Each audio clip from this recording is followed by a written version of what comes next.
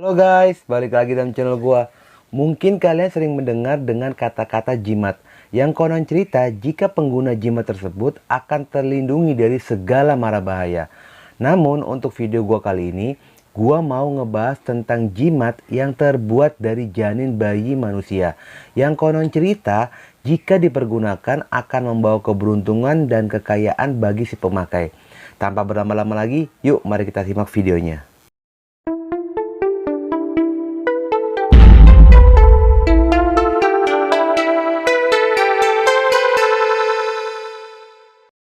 Di Indonesia, masyarakat pada umumnya sudah tidak asing lagi dengan kata jimat.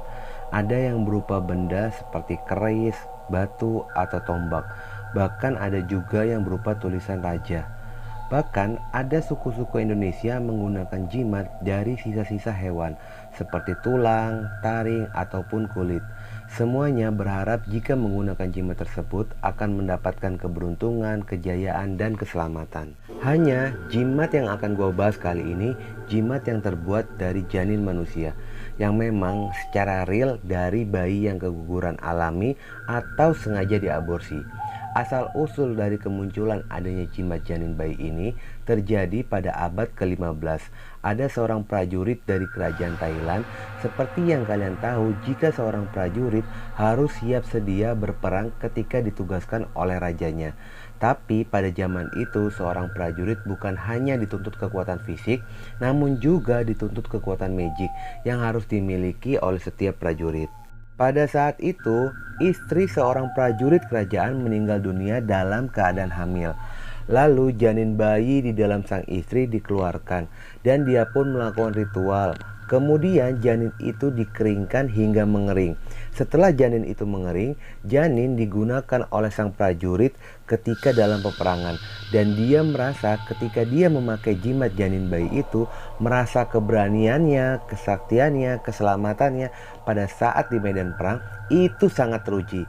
Dan ketika janin bayi itu sudah tidak digunakan, maka pemakai jimat itu akan melakukan ritual untuk bisa membebaskan arwah sang bayi dari jasad atau dari janin yang sudah mengering itu, sehingga arwah tersebut bisa bereinkarnasi. Dan guys, kepercayaan ini akhirnya masih terbawa oleh sebagian masyarakat Thailand, mempercayai jika menggunakan jimat janin bayi itu akan membawa keberuntungan, kebahagiaan, dan kesuksesan.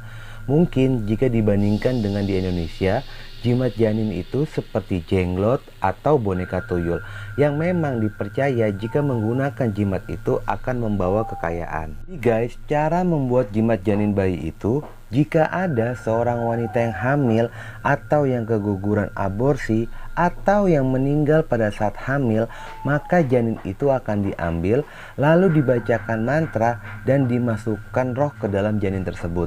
Lalu jasad atau janin tersebut dibakar dan dikeringkan. Lalu mereka melakukan krum atau melapisi jimat itu dengan lapisan kuningan agar jimatnya menjadi awet.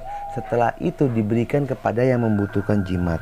Karena kan tingkat kepercayaan yang tinggi atas jimat janin bayi itu di Thailand, sempat ramai penjualan janin bayi secara ilegal. Sehingga pemerintah Thailand melarang adanya praktek penjualan janin bayi dan juga praktek ritual pembuatan janin bayi menggunakan janin manusia. Tetapi guys, memang hingga saat ini masih ada praktisi-praktisi supranatural masih menggunakan jasad janin bayi secara diam-diam. Karena mungkin penggunaan jimat janin bayi itu tidak dilarang oleh agamanya, dan para biksu di Thailand mencari solusi dan akhirnya mereka menemukan metode baru dengan menggunakan boneka, tetapi masih tetap melalui proses ritual. Para biksu mengganti bahan dasarnya dengan menggunakan 7 tanah kuburan, 7 tanah yang mengandung garam dari berbagai lokasi, kemudian dari tulang-tulang sisa pembakaran kremasi jenazah, 7 tanah dari goa yang dianggap suci, dan juga 7 dari tanah muara, 7 tanah ladang sawah, lalu dicampur dengan pecahan tembok di wihara. Dan semua itu diambil, dijadikan satu, lalu dibentuklah menjadi boneka anak kecil. Lalu setelah terbentuk boneka, para biksu itu membacakan mantra untuk memasukkan arwah-arwah anak kecil dan dimasukkan ke dalam boneka tersebut. Karena menurut kepercayaan masyarakat di sana, jika ada seorang ibu yang keguguran atau melakukan aborsi, itu tandanya gagal bereinkarnasi. Nah, gagalnya bereinkarnasi, arwah-arwah dari janin tersebut akan bergentayangan. Arwah-arwah anak kecil yang bergentayangan itu akan dimasukkan ke dalam boneka yang dibuat oleh para biksu. Tapi guys, jangan salah menilai, boneka yang dibuat oleh para biksu itu adalah bukan media untuk pesugihan. Jika pemilik boneka itu mendapatkan kesuksesan, kejayaan, bahkan kekayaan, itu merupakan timbal balik dari arwah-arwah yang ada di dalam boneka itu. Dikarenakan pemilik boneka telah merawat dan menjaga boneka itu seperti anak mereka sendiri. Sehingga rasa terima kasih dari arwah bayi itu membantu pemilik jimat untuk bisa mendapatkan kesuksesan dan kejayaan. Nah guys, yang perlu kalian ketahui, merawat boneka gumantong itu tidak ubahnya seperti merawat bayi manusia yang hidup. Walaupun hanya berbentuk boneka, pemilik wajib memandikan, memberi makan, bahkan mengajarinya menggunakan pensil dan buku. Dan konon cerita, jika pemilik boneka gumantong itu lupa memberikan makan, pernah ada kejadian ruangan atau kamar yang biasa digunakan untuk menyimpan boneka gumantong, tiba-tiba guys terdengar suara gaduh dari dalam kamarnya. Ketika dilihat di dalam kamar, kamar tersebut sudah dalam keadaan berantakan. Jika melihat dari segi kemanusiaannya, pembuatan jimat janin bayi itu walaupun masih berupa janin, tetapi tetap saja itu adalah manusia dan harus diperlakukan layaknya manusia. Mungkin di ajaran agama mereka tidak dilarang untuk menggunakan media jimat janin tersebut.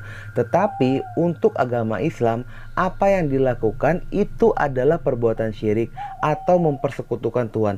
Dan itu merupakan dosa yang tidak akan diampuni. Oke guys, itulah sedikit cerita tentang keanekaragaman budaya dan kepercayaan yang ada di negara lain, sehingga bisa menambah wawasan dan pengetahuan tentang keanekaragaman yang ada di dunia ini. Semoga kalian bisa mengambil pelajarannya ya guys, dan jangan lupa ikuti terus video gua. Oke?